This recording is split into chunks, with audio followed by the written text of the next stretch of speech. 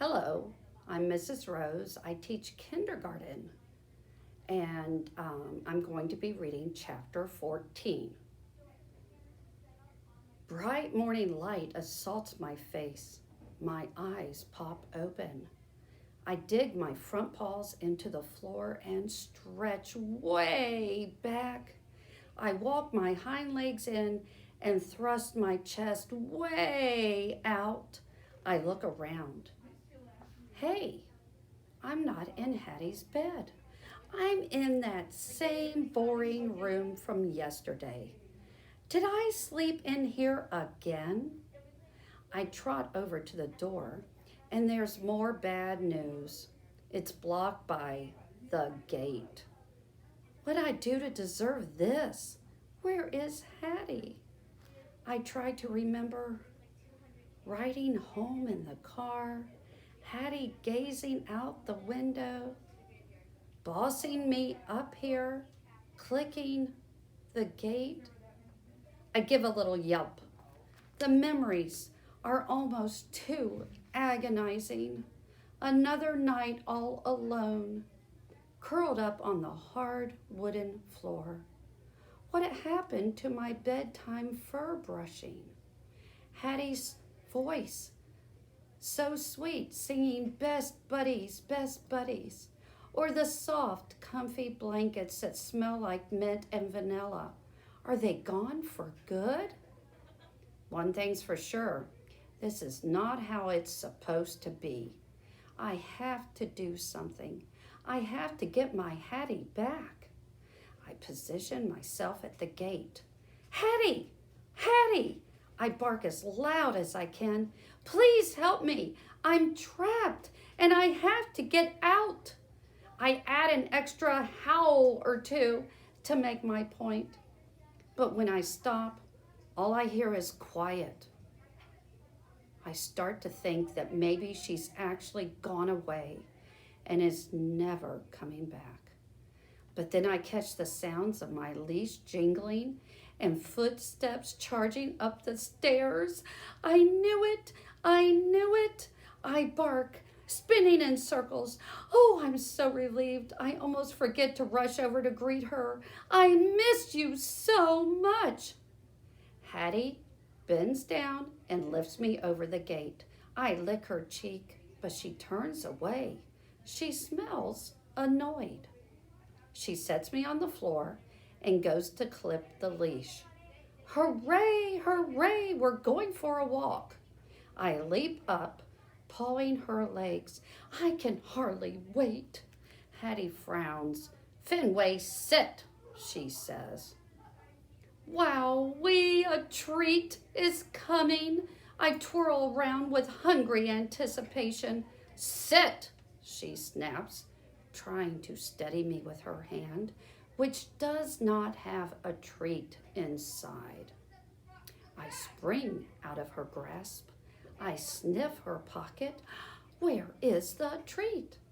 Hattie lets out a loud sigh.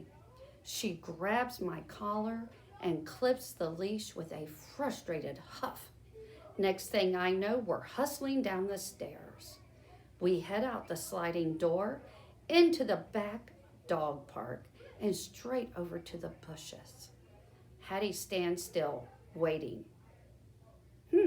Come to think of it, there is some business I need to attend to. I'm barely finished when I detect a nasty whiff of squirrel. Nose to the ground, I search for the trail when my collar tugs and... Hey! Hattie's dragging me through the grass and up the porch steps. What's the hurry? I bark. We just got here. But she must not hear me. She pulls me inside and back up the stairs into the boring, empty room behind the gate. Without a pat or a rub, she disappears. I sink onto the floor. Why is Hattie doing this? Why is she changing? Why can't she stay my wonderful Hattie forever? I curl back into a ball to continue the most boring day ever. I must drift back to sleep for a while, because when I open my eyes, sounds are floating in from the window. I dash over to investigate. Thump! Yes! Hattie's joyful voice yells. I must find out what's going on. I climb onto a box near the back wall. I leap up and up until my front paws cling to the window ledge. Balancing on the tippy tips of my hind paws, I peer down through the screen into the dog park. I spot the grass, the fence, the giant tree in the back. They all look so much smaller for some reason. Hattie and Fetchman are standing at opposite ends of the dog park, caps on their heads. Each has a fat glove on one hand. Fetchman goes into a wind-up like he's going to throw a ball for a game of fetch. Only he has no ball. Hattie nods. She clutches her glove to her chest. She reaches into the glove and pulls out a white ball. Then she winds up exactly like Fetchman did and tosses it toward him.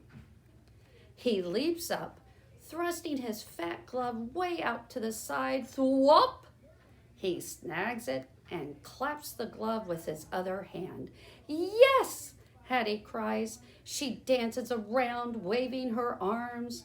I start to pant uncontrollably. My humans are playing in the dog park while their loyal dog is trapped up here inside a boring room. They are acting happy, like they're having fun, like they don't even realize that somebody important is missing.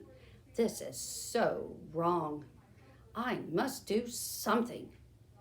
But then my ears pick up other sounds from over the fence. Clink, jingle, jingle. Wow, we talk about distracting. Right next to our dog park is another one just the same, with grass and bushes and a fence all around it. It doesn't have a giant tree in the back, but it does have two dogs in it, a golden retriever and a white dog with black patches. Hey, it's the ladies. They look perfectly content, too. Goldie is sniffing in the bushes. Patches is rolling on the ground. Everybody is having fun, and I'm stuck here all alone. Or am I? All right, comes from nearby. Hey, somebody else is up here too. I turn way to the side, above the ladies' dog park. Peeking out an open window, the same level as mine, is the head of a short human with a cap and a long wavy tail. Angel? She's watching Hattie and Fetchman, grinning and pumping her fist. Why is Angel up in the window when the ladies are playing down in the dog park? That's not the way it's supposed to be. It reminds me of Patch's sad voice. It's so painful to watch, so very like our own sweet Angel with that same white ball, the same glove. Hattie hugs her own fat glove like it's a used-to-be bear or an adorable dog. Another human's voice sounds from directly below my window. Food, lady! Fetchman turns and flips the ball to Hattie. She reaches forward and scoops it into her glove. She smiles again. Fetchman jogs toward the house and vanishes from view. I hear the door slide open and bang shut. Hattie twirls around, happy as can be. She throws the ball up into the air and watches it fall, thump, into the fat glove. Again and again. My ears flop with sadness. My short human is playing by herself.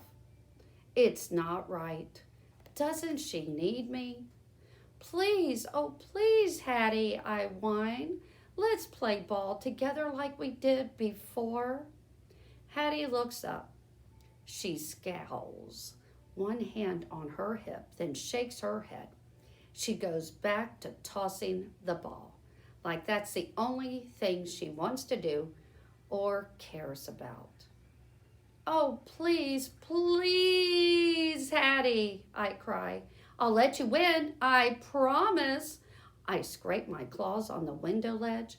I jump higher, my claws poking the screen. Hattie snaps her head up in alarm. Fenway! She shouts.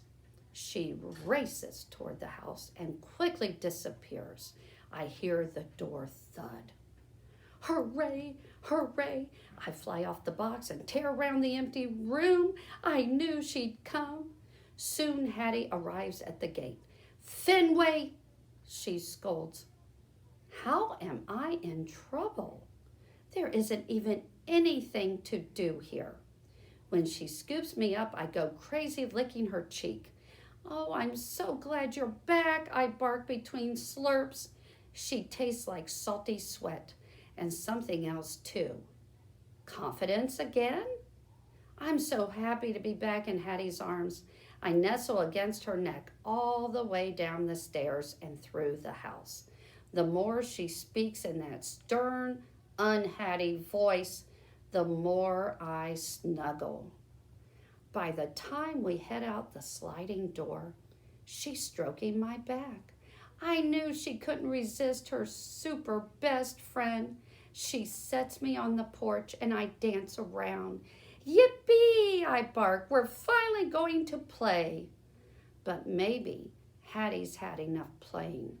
The door closes and she's gone.